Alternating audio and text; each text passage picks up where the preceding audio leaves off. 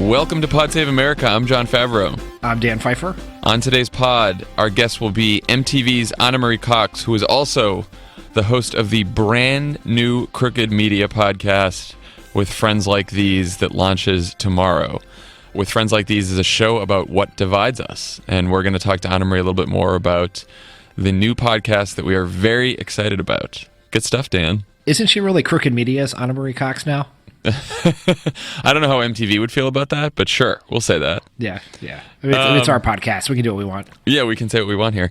Also, everyone, in case you missed it yesterday, tune into this week's Pod Save the World. Tommy has Lisa Monaco on the show. She was our counterterrorism advisor in the Obama administration, and so she's going to scare the shit out of you. So give that a good listen. Yeah, I had drinks with Lisa Monaco when she was in San Francisco last week, and It was the day before Harvard dropped out, and she was like, he's great. I feel good about this. And then 2 hours later, I felt less good. Oh, that is sad. Yeah. Also, a reminder that if you are a liberal activist paying a protester to go to disrupt a rally or a town hall, you should use Square Cash. Square Cash is the newest, simplest way to pay people back, friends, family, coworkers. Sending and receiving money is totally free and fast. Most payments can be deposited directly to your bank account in just a few seconds. You link your credit card or your debit card, you select amount to send, type in a friend's phone number, email address. They get the notification they've received the money. That's it. So download the free Square Cash app for iOS or Android today. All right, Dan. All right, let's do this. So, question. Has the pivot finally arrived? I hate asking that question. I can't even do it seriously because I don't think the pivot has arrived. But I will. No, of course not. I will say that some of our pundit friends based in Washington have said this week. They've pointed to evidence that maybe the Trump administration has turned a corner. What do you think? Do you know what the evidence is? Trump has tweeted less. Yes, that is their evidence. The evidence is he only sent 2 crazy tweets this week. One about Swedish immigration that ended with a not joke, and one that was based on a Fox News segment about the town hall meetings. Yeah. So I guess that's a step in the right direction, which is his 2 crazy tweets this week are 2 more than any president has previously sent. Ever. That's true. I mean, He also, I guess you could point to the appointment of Lieutenant General H.R. McMaster as the new national security advisor as something that is, I mean, he removed someone that was completely fucking crazy from the job, General Michael Flynn, and replaced him with, someone who is, by all accounts, non-ideological, praised by a lot of the Republicans who've had worries about Trump, like McCain. General Mattis likes him, and he's supposed to be reorganizing the National Security Council so that, the Director of National Intelligence and CIA, their positions on Principals Committee meetings are restored. They were, so I don't know. I guess it's somewhat hopeful. It probably reduces the chance that we all die in a nuclear apocalypse by maybe a percentage point or 2. Well, we're grasping at straws here. Look, I think what is true is it feels like the 4 weeks prior to this is 4 weeks. I guess that's how long it's been. Seemed insane. Like every 2 minutes, something crazy was happening. Trump was tweeting something. Kellyanne Conway was making up, mass massacres. Steve Bannon was joining the National Security Council. Like something crazy happened every 10 minutes, and it was fucking exhausting.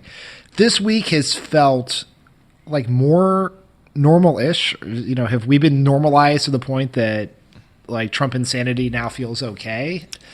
I don't know, but like I think the McMaster thing is good news. Like, has anyone ever been more appropriately named for the job than H.R. McMaster?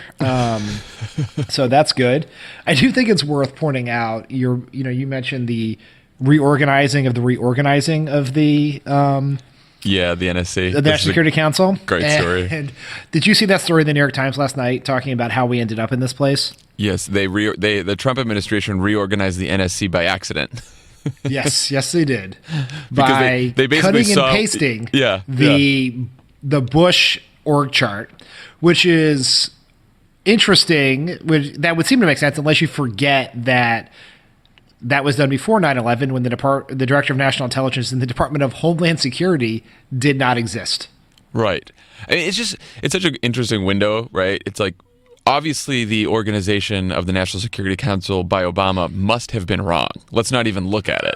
Let's just go right back to the Bush administration one, even though it's like 15, 20 years in the past, you know? So that was crazy. I mean, look, I think I don't give them any credit for this week at all. I think what they're trying to do is the PR people in the administration, the communications people, the Kellyanne Conways, the people who think about politics, they probably recognized the gross incompetence of the last month and thought, you know, can we at least put a better foot forward in terms of, like, you know, our messaging and our politics and restraining the president of the United States from saying crazy shit this week, so we can continue to push our agenda, which is by no means moderated or, you know, pulled back or anything else. So, I mean, like, they sent him to he went to the Museum of African American History and Culture, where he said slavery, man, that was a bad thing. That makes me laugh so much. And then he denounced anti-Semitism because all those that graveyard had been desecrated. And, you know, it took like a day for everyone to say, why isn't the president or the White House condemning this? And then, you know, Trump finally did when he was asked. So good. I know Pence went to the cemetery and cleaned up. So that's good. But it's like, you know, I think, first of all, I think it's taking all the effort they have to do this, right? Like, it's taking all their restraint to sort of put on a normal face for a couple days. And, there was a great story in Politico about how they do this. The story is headlined, "How Trump's campaign staffers tried to keep him off Twitter. The trick? Making sure his media diet included a healthy dose of praise." Did you read that story? Oh, I did. I mean, it's basically a description of how you manage a poorly behaved 8-year-old. I mean, exactly. I mean, I think that was the intention of how they wrote it. Because it's the similarities between Trump and an 8-year-old child in this story are so strong. And it's not, you know, look, it's not fake news. They had 6 former campaign officials speak for this story, many of them on the record. And basically what they said is, during the campaign, whenever a bad story about Trump would hit, the campaign would then plant the good version of that story in publications like Breitbart, Fox News, Washington Examiner, and the Daily Caller. And then once they got their exact story that they wanted in one of those publications, they would then bring the story to Trump and show him. And they knew that they could sort of influence him because Trump doesn't read any news online. He only reads the print edition of the New York Times and watches cable news. That is the extent of his diet, unless his news diet, unless one of his staffers brings in a printed out copy of one of the stories they have placed in a friendly publication. I have to say, I'm a little jealous of that. Like, I if know. we could have managed Barack Obama's media diet that way, if I could just have controlled what he saw based on what I brought to his desk, that would have been awesome. Instead, he had an iPad and access to the internet, like Also, most adults, so he could read news. I know he did. That everyone would, President Obama, by the time he got his iPad, you could say he would be like looking online and seeing like the most read stories, and, you know, you would probably hear about it more than I would, Dan. But if there was a story that displeased him, he would let you know. He would, or if he had questions about it. You know how President Obama would get, as all presidents do, would get movies on before they're released so we could watch them in the home in the home theater. Mm-hmm. I was pretty convinced for a while there that he had a deal with the New York Times where he also got the news before it was released, because the time between when it posted and when I would hear from him sometimes was so short that it seemed physically impossible. Specifically, David Brooks columns, I believe. I don't even know who that is. I don't know what you're talking about. No, I mean, I thought you were going to say you were jealous because, look, people can make arguments on the right that there's a liberal bias to some media outlets, right? But even a media outlet like the Huffington Post, you could not have called Sam Stein and said, "Hey Sam, there's been all these bad stories about Obama doing something. Can you write a good one? And just here, I'm just going to dictate to you what we want to say." And then Sam runs the story, and then you bring it to Obama. Like, could you imagine that happening? No, I mean it is absolutely possible. This is one of the real challenges about being a progressive is that we don't have like a propaganda machine like the Republicans do. Like they literally own Except, Breitbart. of course, the guy who owns this Breitbart podcast, sits down the hall from Donald Trump and was basically they were Trump media for the entire campaign. And we certainly had there were lots like. You can make lots of arguments, particularly in 2008. We got a lot of favorable coverage, and I think we also got scrutiny in investigative stories, but we had nothing like there's no one I've ever known I could call to say, hey, the boss is kind of grumpy. Could you write a story about it so I can show it to him? And then he'll probably tweet it out, which would be good for your traffic, which is why you went and formed Crooked Media, I assume. That's what I said. Look, next Democratic administration, just call us up. We'll write up. I mean, we're too lazy to write up the story these days. We'll probably just talk about it on a podcast, and that'll be that. No, even we won't do that here. The other best quote from that Politico story was, "Leaving him alone for several hours can prove damaging because he consumes too much television." Like. That is such a both. It's funny and also scary. Like, who's watching the president? He's watching too much television, and he might start a war.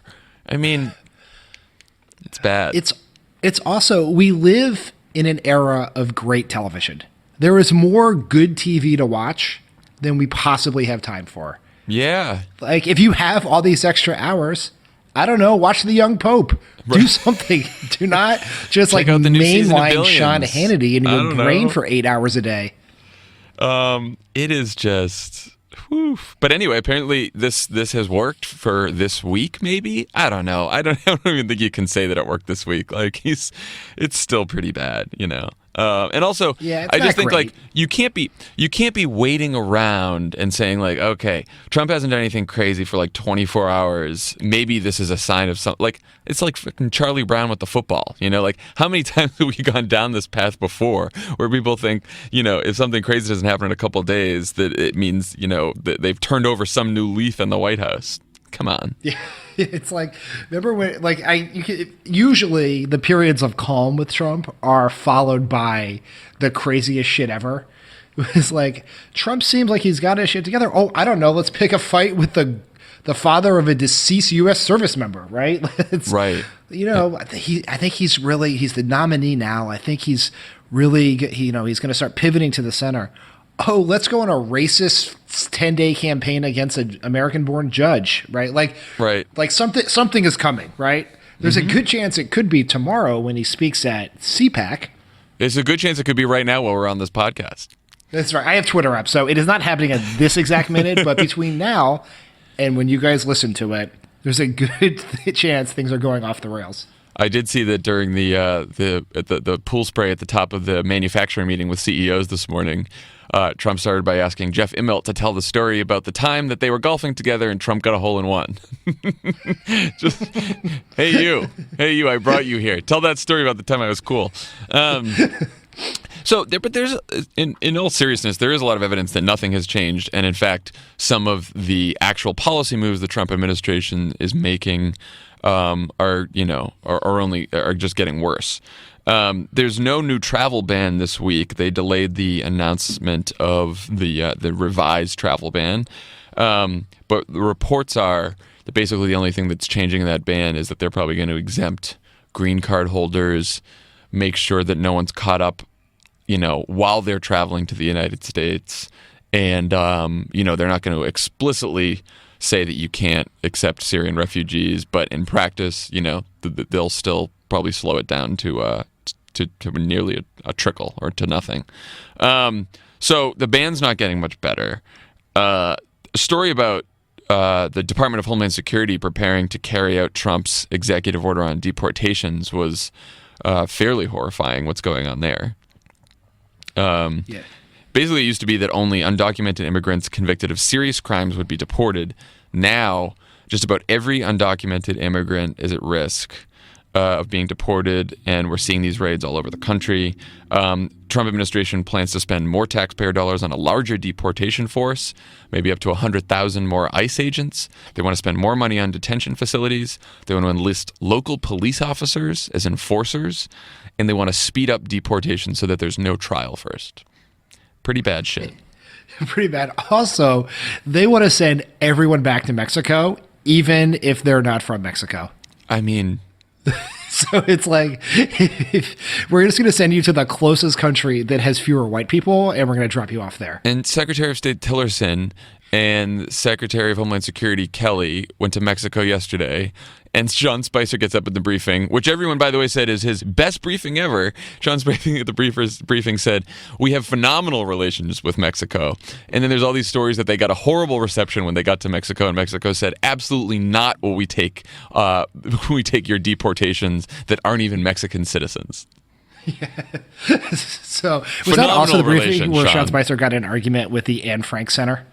I didn't hear this whole story. Please tell me what happened here. So the Anne Frank Center was particularly critical of Trump's response to anti-Semitism, including what happened at the cemetery in St. Louis. And Sean Spicer was basically attacked them for not being more complimentary of Trump's long-time efforts to fight anti-Semitism. I think Sean Spicer is confusing Trump's efforts to fight anti-Semitism with hiring an anti-Semite as his chief White House strategist. I mean, God. Poor Sean. Oh, poor Sean. Not poor Sean. He chose this life. Yeah, no, not poor Sean at all. Yeah. But the deportation thing is really scary. I mean, the story yesterday had a woman from El Salvador who was diagnosed with a brain tumor under the custody of Immigration and Customs Enforcement, was dragged out of a Texas hospital and returned to a detention center. I mean, I saw this morning. Trump was like, "We're getting a lot of bad dudes out of this country."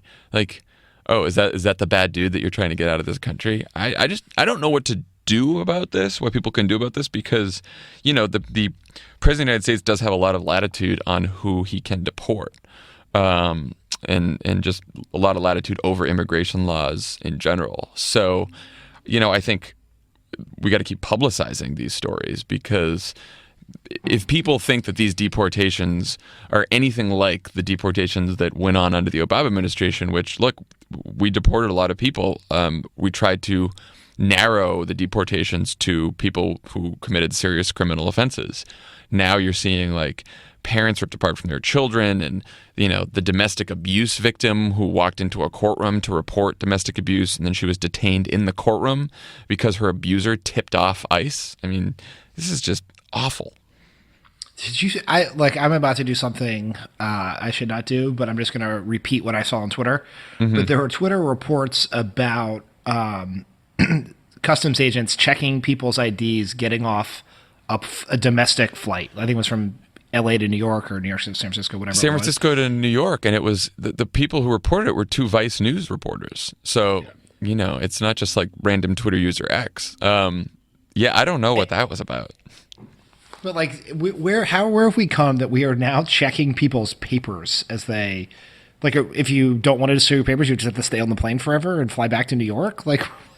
I think you're right. The only thing.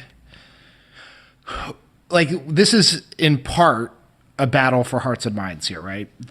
Right. Trump and Bannon and the Breitbart nationalist movement are trying to define immigration and immigrants as this nefarious thing of, they used to use Trump words, rapists, gang members, people who are taking your jobs, who are committing crimes in your community. And that is not the case. That is not what this is about. And it's not who we're talking about, right? In their definition, refugees are ISIS sleeper cells, and in not, women and children fleeing violence and oppression. And it's incumbent upon all of us to engage in that battle, publicize these stories, but let everyone know who are the people who are the victims of these policy changes, in the hopes that we can change hearts and minds now and change policy later by winning elections. Yeah, because, look, they do understand that mass deportations are not politically popular. And even among people, look, Obama always used to start just about every immigration speech by saying we're a nation of laws and a nation of immigrants, right? And we do have to respect the laws that we have about immigration in this country. But this idea that, I think it is somewhat probably the wall, or probably at least increased border security, is more popular when you poll it than these mass deportations, which are extremely unpopular. I think it was something like, there was a Fox News poll about this that was like, I don't know, 17% of people said you should deport as many undocumented immigrants as possible. And the vast majority said you should provide them some pathway to citizenship. If they pay a fine, go to the back of the line, et cetera, et cetera. So people don't want just completely open borders in this country and to, just have everyone come in here who wants to. But at the same time, people recognize that if you've been in this country for a long, long time and you've been working hard and contributing to the country and everything, you shouldn't be deported. And especially parents shouldn't be ripped away from their children, It's not they have to keep saying that the people they're deporting are criminals and hardened criminals because they know that telling the truth about who they're deporting is not popular at all. Yeah. It's also just as one note of hypocritical comedy that, at the same time, Trump's government is cracking down on immigration. Trump Wineries has filed an application with the Department of Labor to get permission to hire more people, more immigrants. So, it's possible that Trump may not be on the level on this, right? Yeah, it is possible. Who knows? I'm just going to go out on a limb. Yeah, just go on a limb. The other policy they announced this week, or announced last night, really, was the Trump administration. Well, the Department of Justice, the new Jeff Sessions Department of Justice, has rescinded a federal policy created by Obama that said school districts must protect transgender students. This is another one that, and apparently even Betsy DeVos, because the order has to come from the Department of Education. Apparently, Betsy DeVos did not want to do this, and Jeff Sessions overruled her or convinced her to go along with this. And so now this is another thing. Everyone's like, "Oh, Trump won because of jobs in the economy," right? No. Well, this is so. One of his first moves is to rescind protections of transgender students so that they can go to school and in a safe environment. Yeah. Okay. Good job, buddy. Yeah. Remember all the pieces about how Trump, because he was a rich guy from Manhattan, was going to be the most LGBT friendly Republican ever? Right. Yeah. And look, this order was rescinded, and Jared and Ivanka weren't even at Shabbat, right? They were there in the White House. I thought Jared and Ivanka were supposed to be the big heroes protecting LGBT community. The people who refer to them as Javanka is one of my favorite things. I haven't heard that yet. Yes. Man. But I think the larger question here between the so-called pivot and the fact of the policy that they're pushing anyway is, what do Democrats do in response? Because if there is a new strategy in the Trump White House that they are going to try to put a better public face on the very right-wing reactionary sort of racist, sexist, whatever policies that they're pushing, how do we respond, How do we respond? I think part of it is we can't let our guard down, right? Right. Trump has so dumbed down what it's acceptable in the White House, right? We've been afraid for a long time that we are moments away from a nuclear war or a military confrontation in the South China Sea, or just absolutely anything that can happen, pissing off Canada. A week where Trump does not yell at one of our top allies, joke about another war in Iraq to take oil, is not a week that is good, right? It's what matters are things like the immigration policy changes he's making, the rule around transgendered students, the efforts around repealing ACA, have to, we can't take our foot off the gas in terms we can't, Yeah. our fear and outrage and urgency. And, I think that's what you're seeing in these town halls. But you can see a world where crazy things start feeling sane and we relax and go back to normal. And I don't think we can go back to normal for 4 years, right? We can't go back to normal. I also think we have to focus on the policies, right? Which is, it's the less sexy thing to do, right? Because what makes headlines is a Trump tweet or Trump saying something crazy or, palace intrigue and what's happening with Kellyanne Conway and the crazy thing Sean Spicer does and all things that we joke about and talk about all the time on this podcast. But I think the key is to really focus on the policies that he's pushing, the actions that he takes, what Trump does, what his administration does, and the effects that those decisions have on the lives of real people. And that it's a little harder to do that, to dig through the news and find those things and to sort of lift them up and talk about them and argue about them than just sort of, what's on Twitter or what the headlines of the day are. But if they're going to improve their PR and communications messaging political operation, which I'm still very doubtful of, but if they do improve that, then it's going to be incumbent upon the rest of us to really pay attention to the policy moves. Yeah, we have to step up our game. And I think the question for folks like us, but also the people who are showing up at town halls, is is focusing on how what Trump does and says affects real people, right? And making that point. That's the difference between Trump wants us to focus on optics, and we have to focus on substance, right? So wants to focus on style. We want to focus on substance to make that slightly more pithy. And that's going to be hard because it's not what the press wants to cover, but they will cover people showing up at a town hall and making an impassioned case for ACA, right? And so a great segue to our town hall segment, Dan. That was the goal. I'm so inspired by your Square Cash segues every week that I'm really trying to step up my game.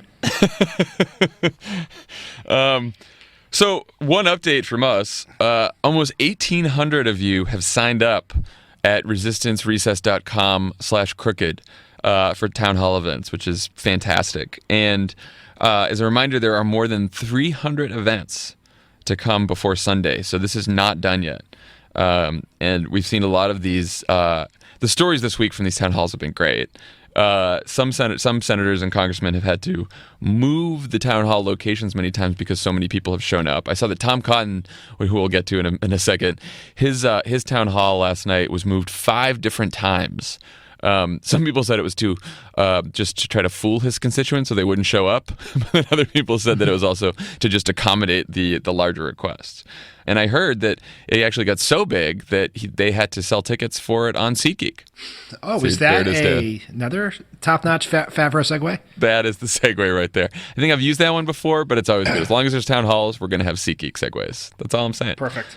SeatGeek is the first place that those of us on Pod Save America go to buy tickets to a game or concert. Didn't you get tickets off SeatGeek recently, Dan? I've done it twice. I got tickets to see the Warriors Kings play a few weeks ago on SeatGeek, and last week I bought my Chance the Rapper tickets for his concert at Oracle on SeatGeek. Do you have the app downloaded on your phone? Of course I do. Excellent. So we're all good.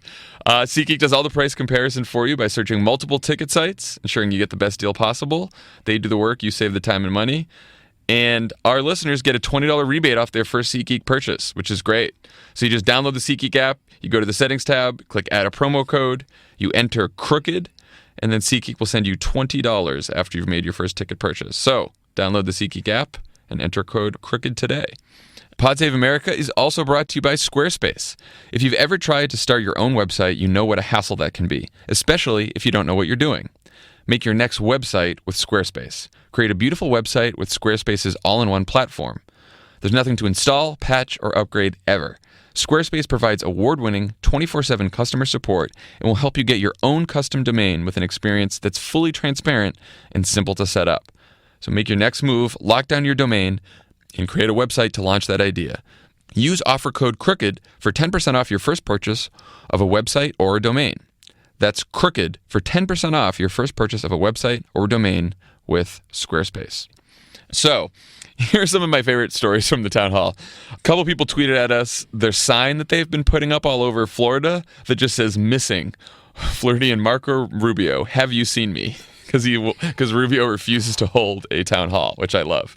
Is there anything less surprising than Marco Rubio being too big of a coward to face his constituents and have to defend his pitiful, slobbering support of Donald Trump?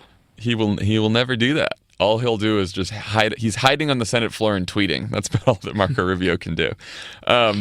There's some folks in Orange County, California, who sent us a picture of the town hall they organized because their congressman refused to come. And then there's some of the clips we saw on TV. The woman yelling at Mitch McConnell, which was great. There was an older white guy yelling at Chuck Grassley. Didn't seem like a liberal activist to me.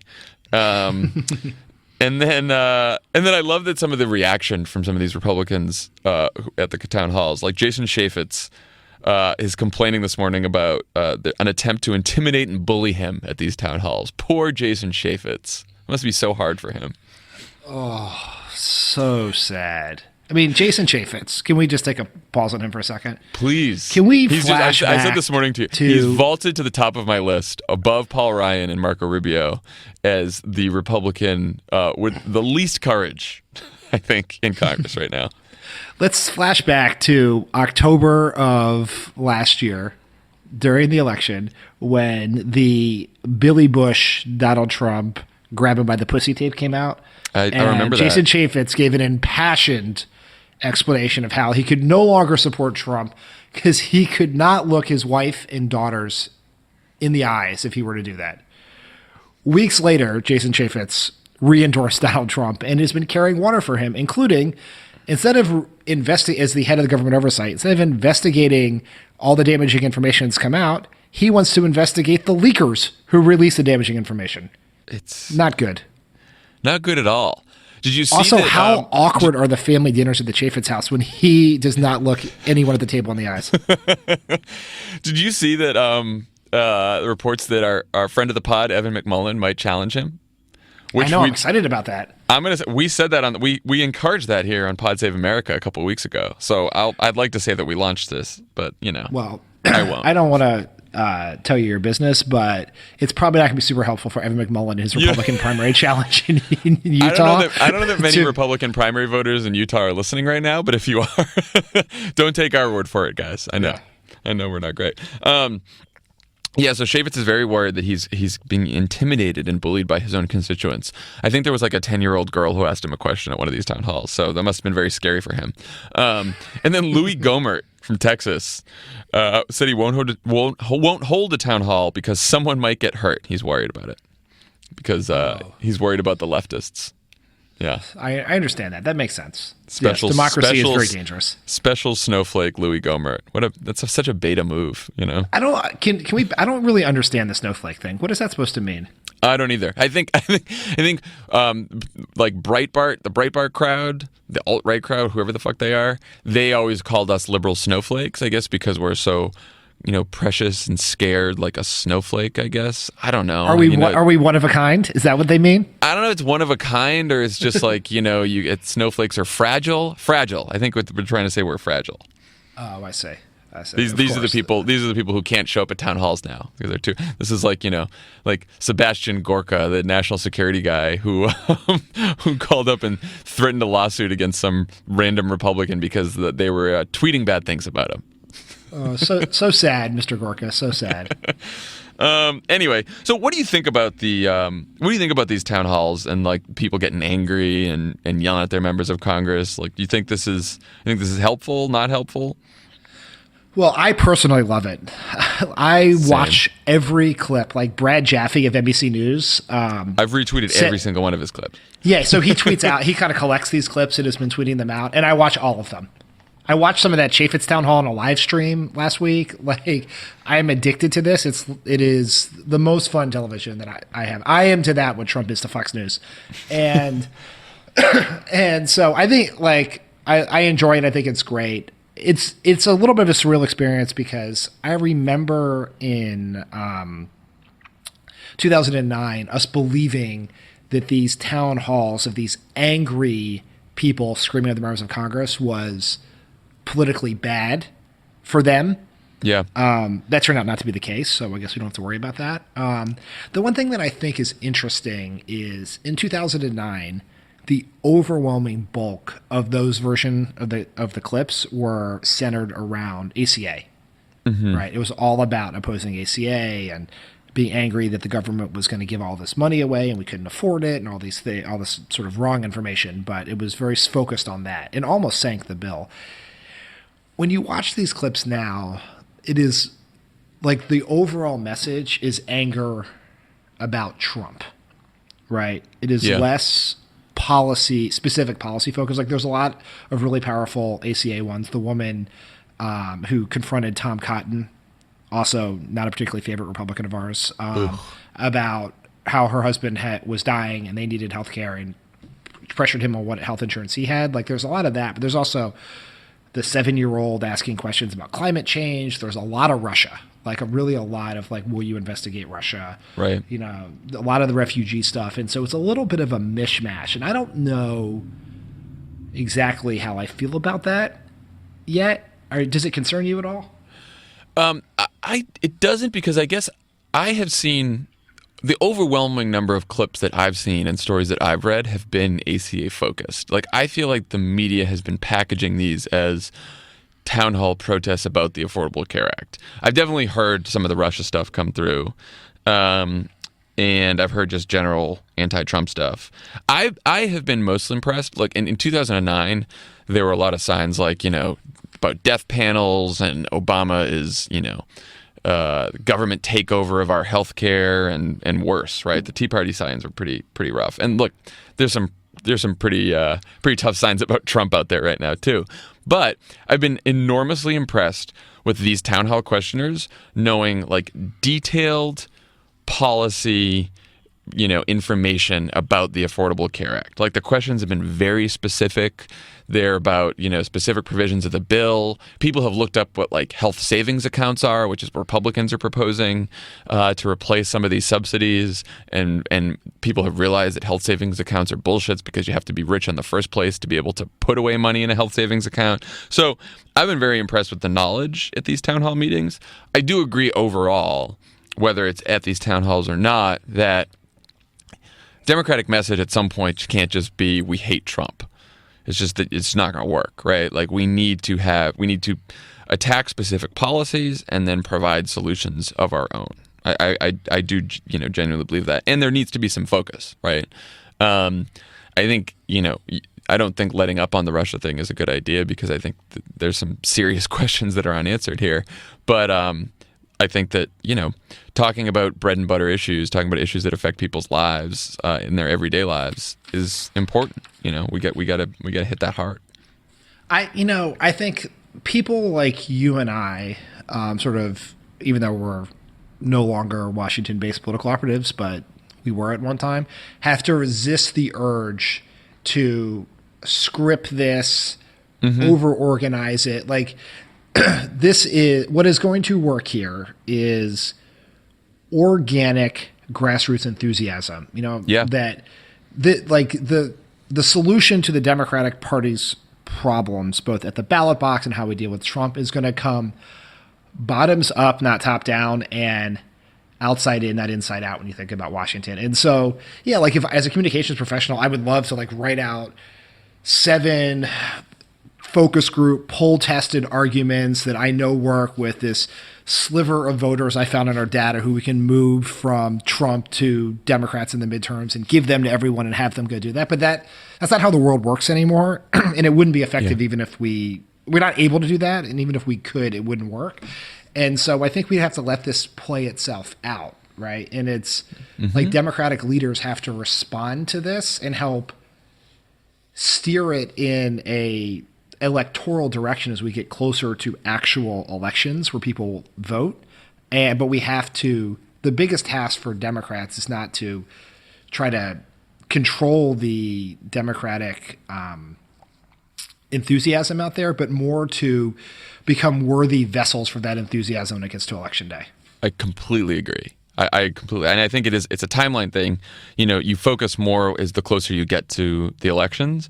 But right now, the most important thing is energy and enthusiasm. And I think we can give people, Democratic activists can give people the tools to help them organize, and they can guide the overall effort and encourage it, but I don't think you script it too heavily. I don't think you micromanage it. I mean, Republicans are complaining like, oh, the organizers gave them talking points on issues. Like, yeah, like I've seen some of those. There's some like very broad points about the ACA that are pretty high level. And the questions that are in those town halls are so much more specific than the high level talking points that you see in some of these packets. It's just not, it's coming from the grassroots. It's coming from people organizing themselves, looking online, researching the issues, doing everything you're supposed to do in democracy. It's great. And we should applaud it and we should encourage it. But you're right that I don't think we should try to micromanage it in any way. We should do an update on elections before we get to Anna Marie. The DNC members will vote in Atlanta on Saturday for the next party chair. And right now it's a close race between Tom Perez, friend of the pod Keith Ellison, and friend of the pod Pete Buttigieg is in third. It's pretty much a close race. It's pretty much a race between Perez and Ellison. It seems like Perez is ahead in the delegate count right now, but no one really knows for sure, and we know that no candidate has the majority they need right now. Then there was a CNN debate last night, which, I have to be honest, I love all these people. They're great. I watched a couple minutes of the CNN debate, and I was like, I don't know. It seems a little boring. Yeah. I mean, why? I mean, we had them on our podcast. We don't have to go to somewhere else to listen to them. Right. I get the gist, Yeah. I mean, either way, I remember you and I being concerned at the outset of this, that this could turn nasty between like the Bernie Sanders wing, the Clinton people, the Obama people, establishment versus insurgent. And I think among the candidates, it's been pretty good. Like, I think Keith Ellison and Tom Perez went to dinner the other night and they tweeted about how they're friends and will help each other however this ends. Pete Buttigieg was incredibly impressive on our podcast, and reportedly on CNN too last night. And I think the good news is we have three very good candidates. I personally am supporting Tom Perez because I know him well. But it's not, and that's because I have a friendship with him and I think he's great, not because I think the other two are bad. I think they're also very good. So, however this ends, I think we're going to have a good person in charge of the DNC, which we're kind of in this purgatory phase where we're waiting for a DNC chair to get the DNC up and running to begin planning for the elections in 17 and 18 and 20. I've said the same thing. I'd be very happy if any of the three of those, Ellison, Perez, or Buttigieg, won this race. Just because we should not torque how important this job is. It is an important job. It's we're out of power, so it's the head of the Democratic Party for now, but it's not. This is an organizing job. This is a rebuilding and infrastructure job. This is not like, the biggest thing in the world, meaning it should not split the party apart depending on who wins. It's going to be okay. We can have bigger fights when we get to primary season, and we're trying to figure out candidates for office. Those are going to be some serious differences that are policy differences. I think all of these folks are very, very progressive, and any one of them would be a good party leader, and, we'll see what happens. As you mentioned, there are other races in 2017. We've been talking a lot about the congressional elections in 2018, the House and the Senate, but in 2017 we're going to have some chances for Democrats to show up and win here. The Virginia governor race, the New Jersey governor race. Chris Christie is at 18% in New Jersey, and he can't run again. So very good chance for Democrats to pick up New Jersey. Same thing with Virginia, really. Tom Price's seat in Georgia. Tom Price is now the Secretary of Health and Human Services, and Trump won his district by 1 point after Romney won it by 23 points. And so this is a district right outside Atlanta. It's suburban. It's turning blue. So that's going to be very closely watched. I think there's a runoff the first election's in April, and then the runoff is in June. And it's like what they call a jungle primary, like we have in California, where whoever win the top two or in the top two in the primary proceed to a June 30th runoff. And there's a Democrat who, Jon Ossoff, I think his name is, who worked for is supported by John Lewis and a bunch of other people who people think is very talented. And he's been getting a lot of attention. A guy at my gym told me that his wife had given money to him, which I was pretty impressed. He knew about the people were already focused on the Georgia special election. And like, there's an opportunity here. It's special elections are hard to win, to get outside of like the normal partisan breakdown of them. But I think there's an opportunity there. And if people are looking for a place to channel their short-term energy, this is a good one. Excellent. Okay, we will. Wait, we forgot one. We forgot an important one. What's that? Two other points. One, Virginia governor matters a lot because Virginia is a state where the governor and the state legislature do redistricting. So who wins this race in 2017 will be the person who does redistricting after the 2020 census. So it's very important we hold on to that. Oh, yes. Second is Delaware has a state Senate race man. on Saturday that will control the state Senate. And Democrats have held the state Senate for, I think, 44 years. And friend of the pod, Joe Biden, went door to door this weekend to try and encourage people to vote, which is pretty awesome. I love that. God, I love Joe Biden. Come on our podcast, Joe Biden. Come on our podcast, Joe Biden. Okay, when we come back, the new host of the brand new podcast from Crooked Media with friends like these, Anna Marie Cox. This is Pod Save America. Stick around. There's more great show coming your way. We will get to Anna Marie Cox in just a second, but before we do, I know we were just talking about elections, and elections can sometimes make people nervous, and anxiety can sometimes make people bedwetters. In order to avoid being a bedwetter, please buy Tommy John underwear. That's right. The official underwear of Pod Save America is called Tommy John underwear. This is not the surgery. This is the revolutionary men's underwear brand that's redefined comfort for guys everywhere, myself included. Each pair is crafted from an ultra-lightweight fabric of maximum breathability. The legs never ride up. The waistband never rolls down. Tommy John's patented 21st century design even makes it impossible to get a wedgie. This is huge for Jon Lovett, since he's endured quite a legacy of those. Look, even their socks are engineered to stay up all day. Their undershirts go on like a second skin. And all of Tommy John underwear products are backed by the best pair you'll ever wear, or it's free, guaranteed. Tommy John, no adjustment needed. So, hurry to TommyJohn.com/crooked to experience life-changing comfort and get 20% off your first order. That's TommyJohn.com/crooked for 20% off. TommyJohn.com/crooked. Pod Save America is also brought to you by 5-4 Clothing. If you're like me and don't have time to shop but want to stand out in a crowd, 5-4 has you covered. The LA-based menswear brand will deliver fashion-forward and personalized clothes to your door every month or so. Choose between one of 4 style profiles: classic, casual, forward, or mix. 5-4's proven stylists will help you select your wardrobe, whether it's for the office or the club.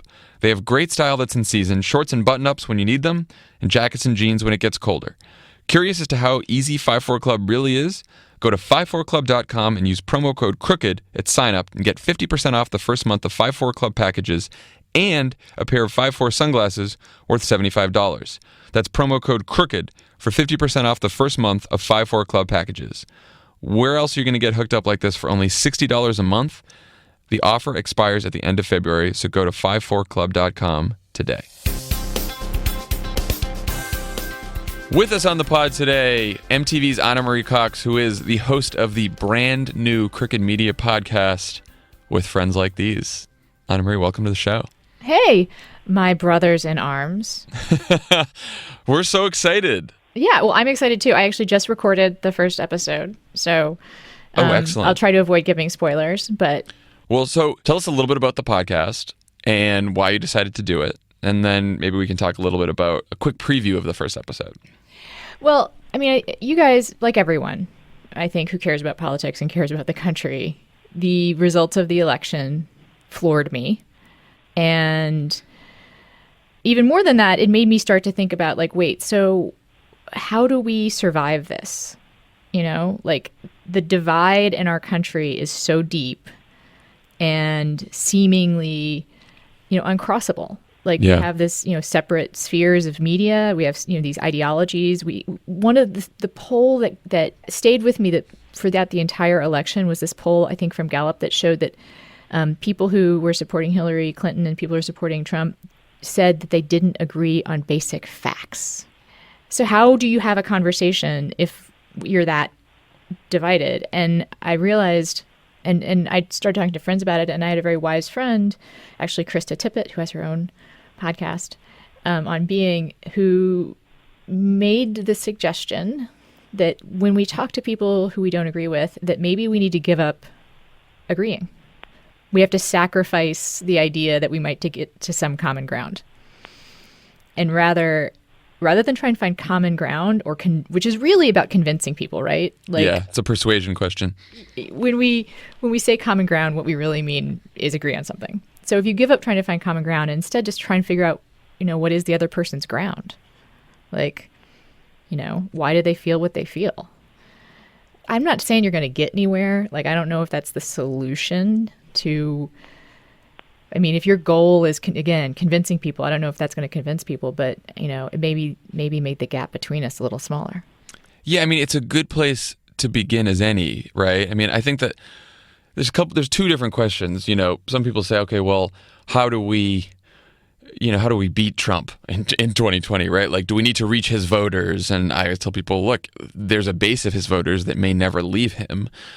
We don't need to convince those people to defeat him. We could put together a majority that includes people who voted for Hillary Clinton and then some of the more reluctant Trump voters that decided very late in the game, and then you got a majority. But that is a different question to then some people say, okay, well, what about all those Trump support, like the hardcore Trump fans, how do we reach those people? And it's a tough question because I think if you live in this world where your news diet is Breitbart and Fox and all of these news sources, and that's how you get your information about the world, and you refuse to believe the facts that we believe, or we can't agree on a common set of facts, like you said, I don't know how we get past that. And that has implications, forget about just elections, that has implications for how we govern, how we live together, how the country survives. It's whether or not our elections work. Right, yeah. People lose faith in elections, like that's a crisis. That's that is an existential crisis. Yeah. And so I my first guest is a pastor from Wisconsin who pastors two counties that voted for Obama in 2008. One of them went Obama 2008 and 2012, and then Trump, and one of them went Obama barely Romney, like 5 points for Romney, and then 28 points for Trump. Oh, wow. Yeah. And he and I just have a discussion about what the people in his congregations, like why they made the choices they made, and what, if anything, would convince them that they should not change their minds, but I would guess say resist. Like, is there anything that would make them reject Trump, having made a choice that they knew was a compromised choice? Because he says his people definitely understood that Trump was a bad guy, and they voted for him anyway. And I think that's something that kind of us, on the left, sometimes we don't quite get that. This idea that they made an educated and aware choice for this incredibly, I don't want to say flawed. That's almost too generous. They weren't snowed. They didn't. I think a lot of people feel that white working class got fooled. They didn't get fooled. They made a conscious choice to vote for this guy. No, I keep thinking about there's something like 20% of voters had a negative approval of both Trump and Hillary. So if you didn't like either Trump or Hillary, you still voted for Trump by 15, 20 points. Yeah. And that's, and we just talk about that and talk about what's happening for the people there now. To what extent we can say it's only been a month. Believe it or not, everyone has to remember it's only been a month. But I also want to add, because as you know, because we've talked about it, I'm interested in other kinds of divides too for this show. I'm not just interested in, the illustration for the podcast is a pussy hat and a MAGA hat, but very clever, very clever. It's very clever. It's an incredibly clever cover. I think the person who designed it was probably just genius. Jesse is a hero. He's designed all of our podcast stuff. But it is a clever cover, and it does communicate, sort of the central conceit. But we're also interested in conversations that would cross other kinds of divides, and between people. And I want to have conversations about those divides. Like I want to talk to my, friends who are people of color about our differences, because a lot of things happen on the left where we just kind of assume we're all together on the same team, and that's the sort of the real with friends like these part of it is like, yeah, we're all on the same team, but maybe we need to talk about our different experiences and talk about what makes us come to this same general, ideology. But we're here for different reasons, and we're getting different things out of it. That's cool. I'm really excited about this. Are you good? So who are some of the guests you have? You don't have to say the names of the guests, but what types of guests do you have lined up? Like, I imagine some Republicans. I imagine some, Yeah, well, Republicans definitely, but it's not going to be the Never Trumper of the week. Right. Yeah, that's like we do here. Yeah. But some Republicans and some actual Trump supporting Republicans. I also think that I want to talk to, some Muslim people. Like statistics that show like very few Americans actually know a Muslim person. Yeah. So I feel like that's something that we can do and we can talk about. People of color, of all kinds of color. I also want to talk to, people with different gender identifications, people with speaking about class, which is another thing on the left that we sometimes kind of skip over, but this election showed some fault lines. And I think, people like Tom Frank are obviously like who comes to mind for that. And then also, I'm going to take some suggestions, I think. Perfect. And I also am interested in if people are willing to talk about some personal insight and some personal experiences about how politics enter relationships and relationships enter politics.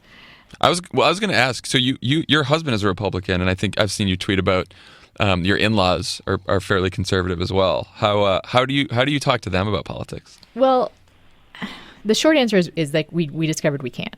Oh.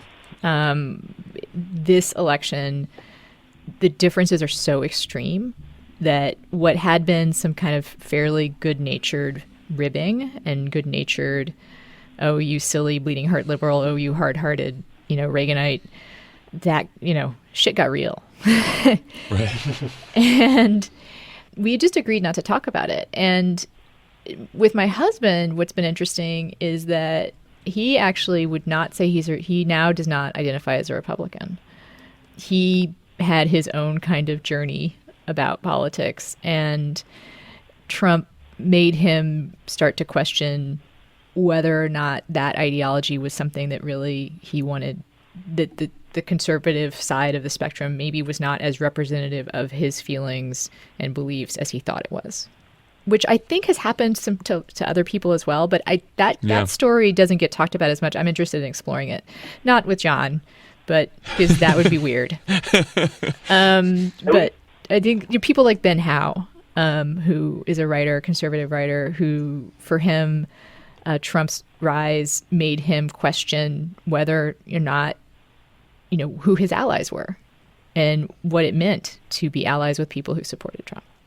Have you found it at all possible to even not talk about Trump with your in-laws? Like, I can't. Like, I live in San Francisco, obviously, so I'm not. I live in my own bubble of my choosing. But like, it infects everything. Like Farhad Manjoo of the New York Times wrote his column this week about how he tried to take a week off Trump news, and his basic takeaway was it's impossible because he's everywhere. Are you guys able to find other things to talk about? Oh boy, has my relatively new discovery of sports helped. It's we because you can run out of the weather pretty quickly, but sports is still kind of enough material to avoid specifically talking about politics. But of course, that is now tough too, right? Like when you have the New England Patriots refusing to go to the White House. And also, I remember relatively recently I was visiting them and I got up before anybody else. And I very quickly, when I got up, turned the TV to ESPN. All right, we're going to, rather than have Fox and Friends on in the background, we'll have ESPN and everybody will be safe. And for some reason, the first thing that was on television when, my in-laws came down for coffee was a discussion about the NCAA pulling out of March Madness in North Carolina. So, it is everywhere. It's everywhere. And I mean, something that I truly believe is that it usually is not like that productive to talk about, extreme disbeliefs with people that you love, because you never are just talking about the area you disagree about. You're also talking about your relationship, and it brings up fears of acceptance and fears of loss. And, like if you have an argument with someone who you really care about, you're also arguing about your relationship and the health of that relationship. So, I mean, the whole concept of the show is kind of about, I'm not going to be talking to my in-laws or my husband. Unless you're really low on guests and you're just That's right. Because those relationships are complicated, and they're always about more than politics. Whereas, like, I think it is possible, to start with the disagreement and then develop a relationship, and Yeah. that is maybe how we're going to have to work. And I do think this is the way forward. I mean, I don't know what it's a way forward to. I hope that my mind and my eyes and my heart are open to the people that I talk to as much as their hearts and minds are open to me.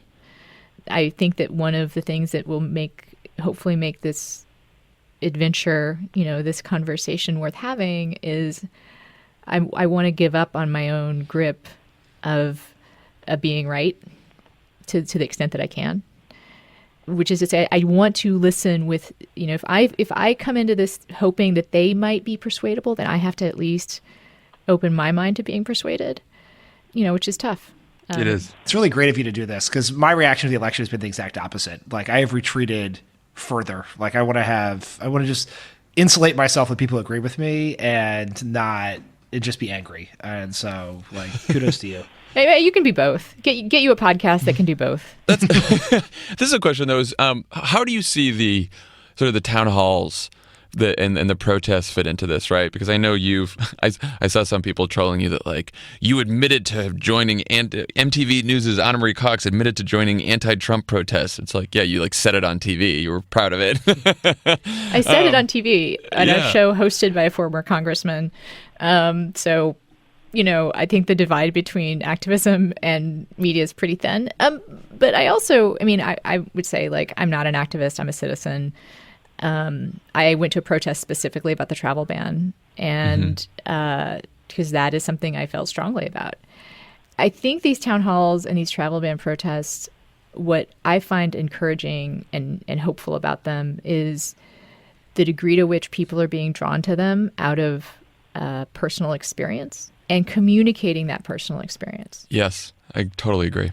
Because I think that's also, if we make our project about reaching people with the potential of changing their minds, statistics are not going to be as helpful as stories.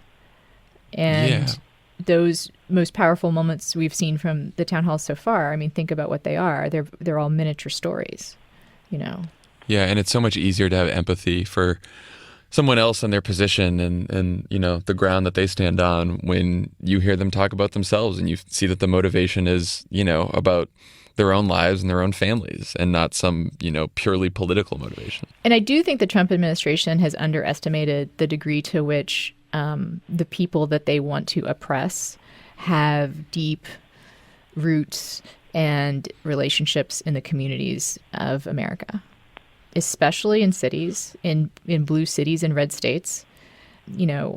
I've told this story a couple times, but I was having coffee the other day and I happened to overhear the two women next to me. This is like, a pour-over coffee shop, hipstery place in northeast Minneapolis.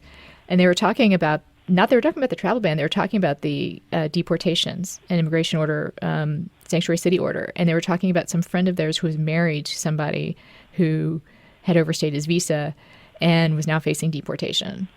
And, one of them was very upset about this. And I was one of those things, like, you don't realize how interconnected people's lives are.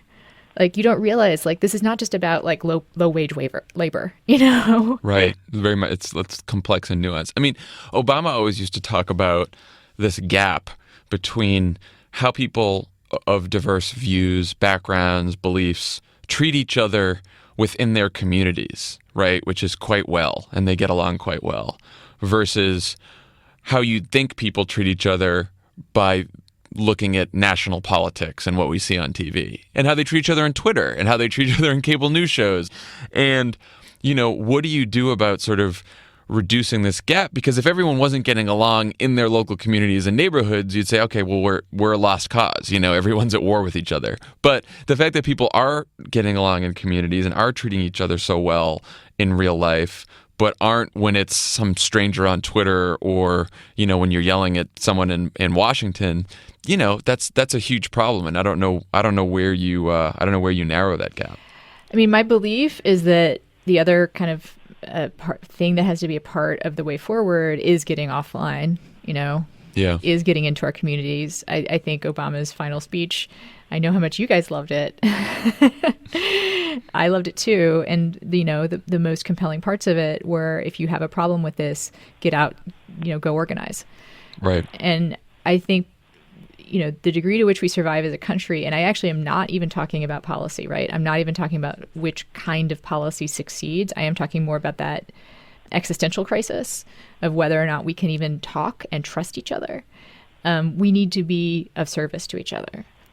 We need to be out in our communities. Like, I have made this joke on Twitter 1,000 times, but, one of the most compelling things you could probably do to both advance your own self-care and advance the interests of the nation right now is go be a dog walker at your local shelter. Because that's going to be self-care for you, because dogs, awesome. And also It's going to put you in touch with your community. And it's going to get you out, and you may run across people, because, lots of people love animals.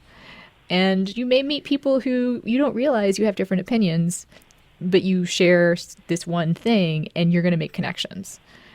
That's awesome. You could do other stuff besides walk dogs. That's a personal favorite. But I think get out in your community and start being of service to someone, especially a stranger, in whatever way you have the most passion about, whether that is, soup kitchen, mentoring, tutoring, visiting the elderly, whatever it is. Get out there and start doing it, and you will develop the resilience for your own sake. That is extraordinarily good advice.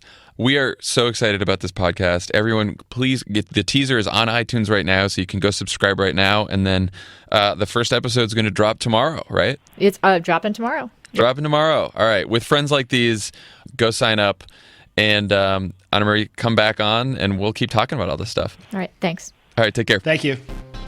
Thank you so much to Anna Marie Cox for joining us again today. Go subscribe to With Friends Like These. Go subscribe to Pod Save the World. And, of course, rate us and review us on iTunes. Dan, I'll talk to you later. All right, bye.